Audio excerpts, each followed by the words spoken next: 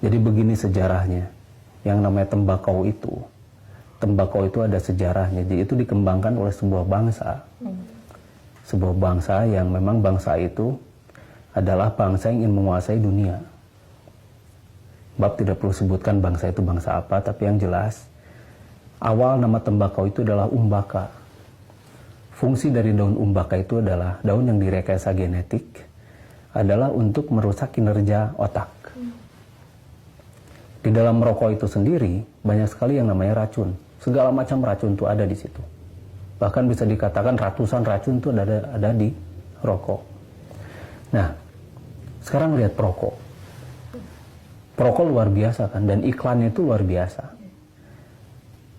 Racun yang diakibatkan oleh daun umbaka itu atau daun tembakau itu, sekarang dikenal dengan tembakau itu akan membuat kesadaran si perokok itu, dia itu untuk tidak memperdulikan orang lain. Lihat saja, di bungkusnya tertera kan, merokok menyebabkan kanker, serangan jantung, impotensi, gangguan kehamilan, dan gangguan janin. Nah, mereka tahu itu, mereka membaca itu. Bahkan di beberapa negara ditulis smoking kills, merokok itu membunuh.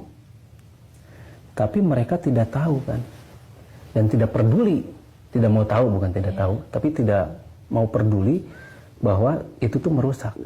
Pada kesehatan dirinya saja mereka tidak peduli, apalagi pada orang lain, begitu kan. Makanya mereka dengan bebas saja merokok di depan kita.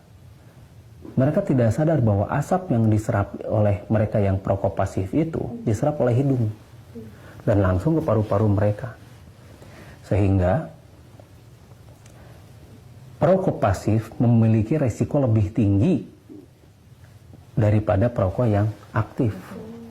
Nah, hak-hak kita itu selalu mereka langgar. Misalnya Bapak tidak merokok, dari dulu juga Bapak tidak merokok. Tetapi hak kita tuh selalu dilanggar, padahal di tiap daerah tuh sudah ada perda untuk larangan merokok ini kan. Dan bahkan Allah itu mengharamkan sesuatu yang buruk dan menghalalkan sesuatu yang baik kan, begitu. Nah, tapi kita tidak peduli. Allah sendiri sudah mengharamkan sesuatu yang buruk untuk kita itu. Makanya kenapa perokok itu, mereka itu memang daya otaknya akhirnya terbatas oleh si nikotin ini dan racun-racun. Iya, lihat saja, mereka nggak peduli kan. Mereka tidak peduli kesehatan orang lain dan mereka tidak peduli kesehatan dirinya sendiri. Yang penting enak. Merokok di depan anak-anak, dia tidak peduli bahwa asapnya itu mengganggu anaknya, merusak anaknya. Mereka tidak peduli. Yang penting dirinya enak. Lama-lama perbuatan mereka pun akan menjadi perbuatan-perbuatan yang benar-benar egois. Bawa motor sembarangan gitu kan. Bawa mobil seenaknya gitu kan. Parkir di mana aja, yang penting mereka senang, yang penting mereka puas begitu kan. Jadi berpengaruh untuk kehidupannya sehari-hari. Iya. Ya, Bab? Dan akhirnya mereka tidak pernah bisa berpikir jauh. Emosian. Sok lihat, pasti sumbu pendek. Iya. Paling sebatas 5 cm emosinya. Sesuai dengan rokoknya itu.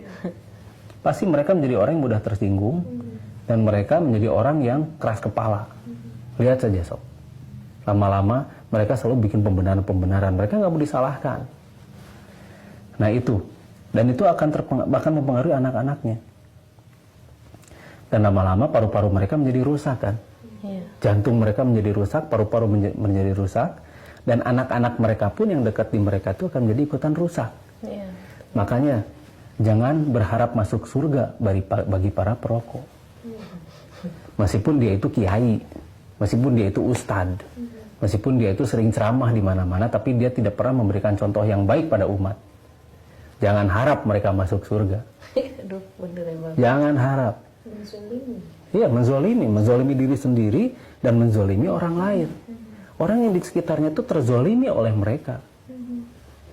Mereka pakai sorban, pakai ini, jubah dan sebagainya. Rokok ya, Bapak. Iya. Terus bikin tahlilan misal begitu kan. Di tahlilan itu asap di mana-mana. Waduh, cilaka 2 gelas itu. Dan lihat asapnya itu merusak orang-orang sekitar, merusak anak-anak, merusak istri-istrinya gitu kan, merusak ibu-ibu dan sebagainya. Nah, ini dia. Jadi jangan harap mereka bisa masuk itu. Jangan mengharap mereka masuk surga selama mereka masih merokok, karena mereka menzolimi diri sendiri dan mereka itu menzolimi orang lain. Iya. Nah, racun-racunnya itu benar-benar luar biasa. Ini merusak banget ya, Mbak. Merusak banget.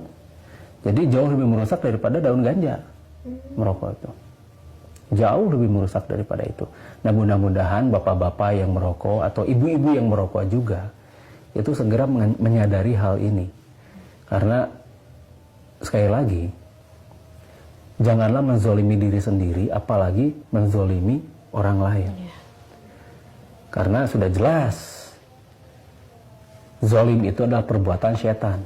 Ya, betul. Dan merokok itu adalah perbuatan yang merusak diri sendiri dan orang lain. Berarti itu juga perbuatan setan. Iya.